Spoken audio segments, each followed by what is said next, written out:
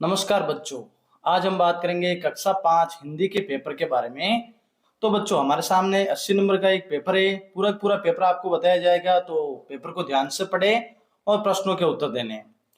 प्रश्न संख्या 1 दिया हुआ है, पन्ना का त्याग पाठ के अनुसार पन्ना किसकी दाईमाँ थी?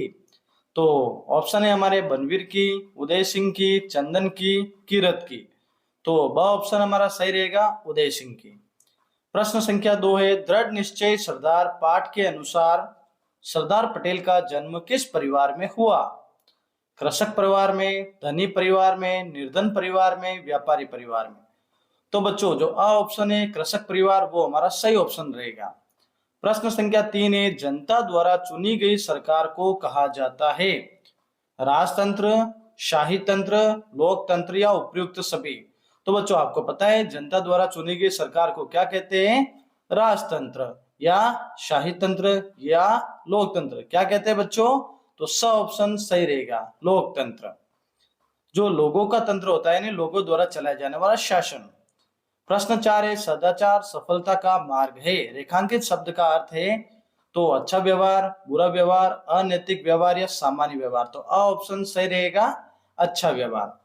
प्रश्न 5 है बच्चों, टूट पड़ना एक मुहावरा है जिसका अर्थ है झपटना। इसी प्रकार चूर चूर होना का अर्थ बताइए। तो बिखर जाना, जुड़ जाना, भाग जाना या देखते रहना। क्या रहेगा सही आंसर? है बिखर जाना, अ ऑप्शन सही रहेगा।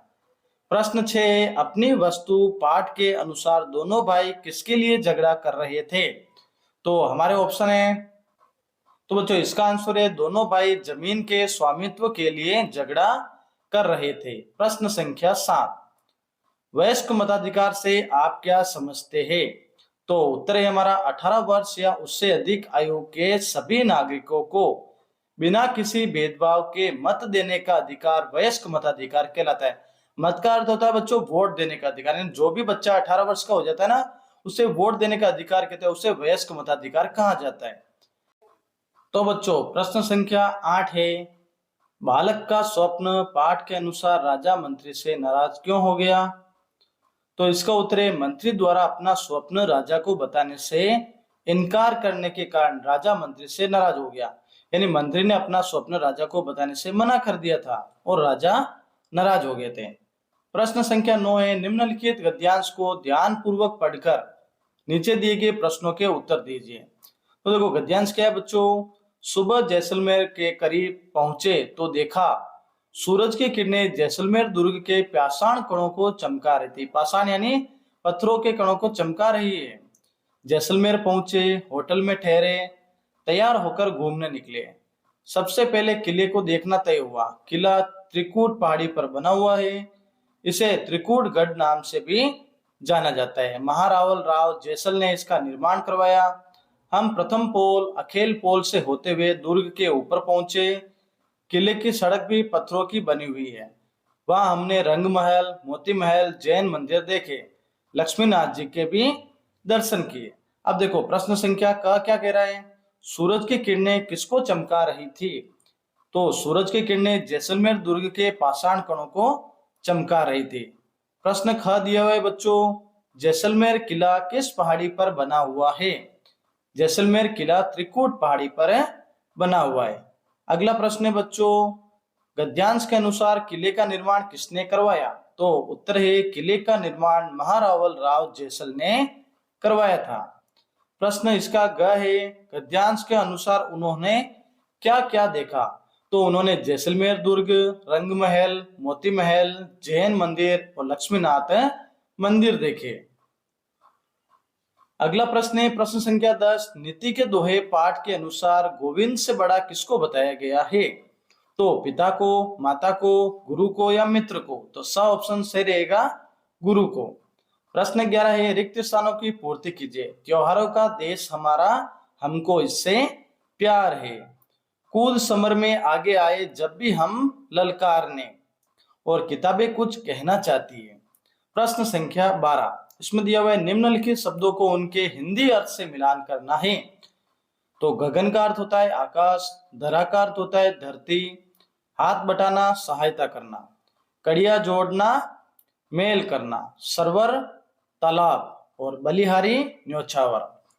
प्रश्न संख्या 13 है, टूटे से फिर न जुड़े, जुड़े गांठ पड़ जाए, पंक्ति का क्या आशय है? तो विचार रखिए। तो इसमें रहीम कहते हैं कि प्रेम एक धागे के समान होता है जो कि यदि एक बार टूट जाता है तो फिर वह जुड़ नहीं पाता, और यदि जुड़ भी जाता है तो उसमें गांठ पड़ जाती। अब देखो व्यवहारिक प्रश्न, व्याकरण के प्रश्न हम देखें तो प्रश्न संख्या 14 कह रहा है, तालाब का पर्यायवाची शब्द है। तो तालाब का पर्यायवाची है सरोवर। प्रश्न संख्या 15 क्या कह रहा है बच्चों, निम्नलिखित मुहावरों का वाक्यों में प्रयोग कीजिए। तो प्रयोग करना, जैसे पहला है सीना फूलना। वाक्य प्रयोग हम करेंगे तो पुरस्कार समारोह में अपने नाम की घोषणा सुनते ही युगांक का सीना गर्व से फूल गया, यानी खुशी से फूल गया। अगला है बच्चों पसीना पसीना होना। इसका वाक्य प्रयोग हम देखें तो शिक्षक द्वारा परीक्षा में नकल करते हुए पकड़े जाने पर प्रियांशी पसीना पसीना हो गई। तीसरा है लाल पीला होना। वाक्य प्रयोग देखें तो बच्चों को झगड़ते देखकर पिताजी लाल पीले हो गए, यानी बहुत गुस्सा हो गए। प्रश्न 16, निम्नलिखित विशेषण शब्दों को वाक्यों में प्रयोग कीजिए। तो शुद्ध का देखो हमें, यानी हमें शुद्ध भाषा में लिखना चाहिए। मीठा का लिख सकते हैं हम, राघव मीठा दूध पीता है।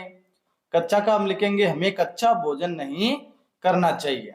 अब देखो बच्चों प्रश्न संख्या 17 दिया हुआ है, निम्नलिखित शब्दों के विपरीत अर्थ बताने वाले नए शब्द बताइए।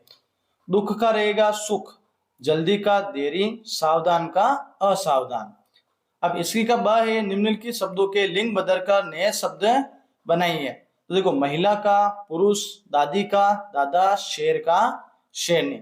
अब अगले जो हमारे प्रश्न आएंगे सृजनात्मक अभिव्यक्ति के, जिसमें निम्नलिखित में से किसी एक विषय पर हमको क्या करनी है, कहानी लिखनी है। जैसे चालाक लोमड़ी, ईमानदार लकड़हारा या शेर या चूहा, यानी किसी पर भी आप एक कहानी लिख सकते हो। जैसे बच्चों चालाक लोमड़ी पर हम देखें तो एक जंगल में एक लोमड़ी रहती थी। एक दिन भूख लगने पर वह भोजन की खोज में निकली और एक बाग में पहुंची। बाग में उसने एक पेड़ की डाल पर एक कौवा बैठा देखा। कौवे की चोंच में रोटी का एक टुकड़ा था।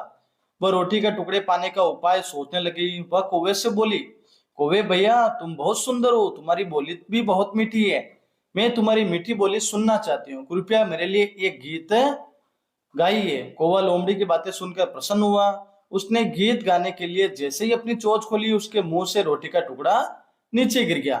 अब लोमड़ी उस रोटी के टुकड़े को लेकर जंगल में भाग गई और बेचारा कौवा देखता रह गया। ऐसे ही जैसे दूसरी कहानी है ईमानदार लकड़हारा। तो जैसे क्या है बच्चों, देखो एक बार एक गरीब लकड़हारा था। वह प्रतिदिन लकड़ी काटने जाता था। एक दिन वह नदी के निकट लकड़ी काट रहा था। अचानक उसकी कुल्हाड़ी नदी में गिर गई। वह रोने लगा और सहायता के लिए चिल्लाया। जल देवता प्रकट हुए। वह सोने की कुल्हाड़ी लेकर आया। तो सोने की कुल्हाड़ी लाया था, फिर लकड़हारे ने उसे लेने से मना कर दिया। फिर देवता चांदी की कुल्हाड़ी लाया। उसने लकड़हारे से उस कुल्हाड़ी को लेने से मना कर दिया। फिर उसने उसे लेने से मना कर दिया क्योंकि वह उसकी कुल्हाड़ी नहीं थी। फिर जल देवता उसकी असली कुल्हाड़ी लाया। उसने लकड़हारे से इसे लेने के लिए कहा। उसने उसे ले ली। जल देवता उसकी ईमानदारी से बहुत खुश हुए और उसने तीनों कुल्हाड़ियां उसे दे दी। वह बहुत प्रसन्न हुआ और देवता को धन्यवाद दिया। अगला है बच्चों शेर और चूहा वाली कहानी। तो एक शेर पेड़ के नीचे सो रहा था। एक चूहा शेर के शरीर पर खेलने लगा। शेर जाग गया, उसने चूहे को पकड़ लिया।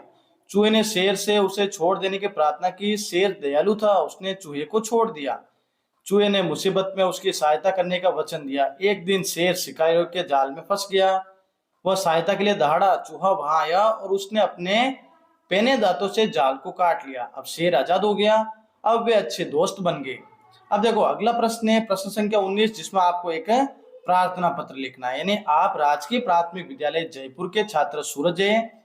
अपने प्रधानाध्यापक जी को भाई की शादी के लिए 3 दिवस के अवकाश हेतु प्रार्थना पत्र लिखना है। तो देखो बच्चों क्या लिखा हुआ है, सेवा में श्रीमान प्रधानाध्यापक महोदय, राजकीय प्राथमिक विद्यालय जयपुर, विषय है 3 दिन के अवकाश हेतु प्रार्थना पत्र।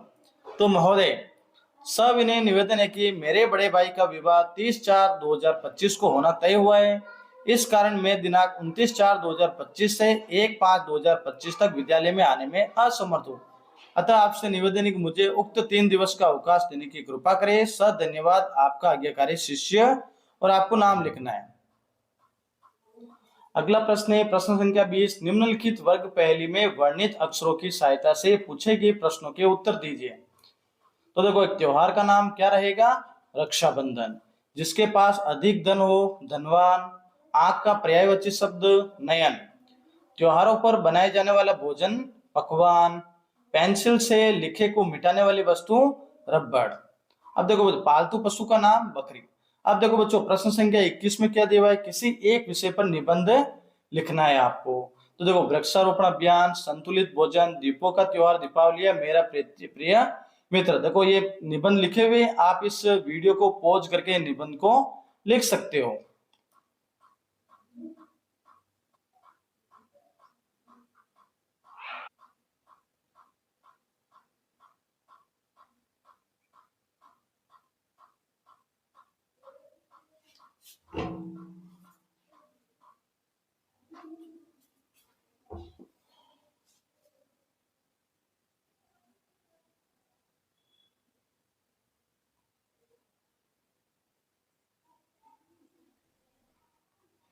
तो बच्चों, ये आप जैसे मेरा प्रिय मित्र, बहुत सारे निबंध, आप इन निबंधों को लिख सकते हो। तो यहां से देख के लिख सकते हो। प्रश्न संख्या 22 के दिए बच्चों, अपने कक्षा कक्ष की साफ सफाई तो आप क्या करेंगे? तो कोई चार आपको लिखने हैं, तो चारों में आपको बता देता हूं। यानी पहला है, हम अपने कक्षा कक्ष की नियमित सफाई सुनिश्चित करेंगे। कक्षा कक्ष में कागज के टुकड़े या अन्य कचरा नहीं फैलाएंगे। दीवारों पर कुछ नहीं लिखेंगे तथा इन्हें गंदा नहीं करेंगे। मेज कुर्सियों को लाइन से ही रखेंगे तथा दीवारों पर महापुरुषों एवं पढ़ाई से संबंधित चार्ट लगाएंगे। अब अगला है ब, सड़क पार करते समय क्या सावधानी रखनी है? तो देखो, चारों सावधानियां लिखी हुई है। सड़क पार करते समय हमें निम्न सावधानियां बरतनी चाहिए। सड़क हमेशा जेब्रा क्रॉसिंग से पार करनी चाहिए। सड़क हमेशा उस समय पार करनी चाहिए जब वाहन लाल बत्ती पर रुके हो। सड़क पार करते समय पहले हमें दाईं ओर से आ रहे वाहन देखने चाहिए तथा मध्य में जाकर बाईं ओर से आ रहे वाहनों को देखने चाहिए। फिर बच्चों देखो, आगे आ रहे वाहनों को देखना चाहिए, इसके बाद ही सड़क पार करनी चाहिए। और सड़क पार करते समय कोई भी जल्दबाजी नहीं करनी चाहिए। तो इसी के साथ ही हमारा जो पेपर कंप्लीट होता है। तो बच्चों ध्यान से इन पेपर को पढ़े और अच्छे से इन पेपर के हल कर सकते हैं आप।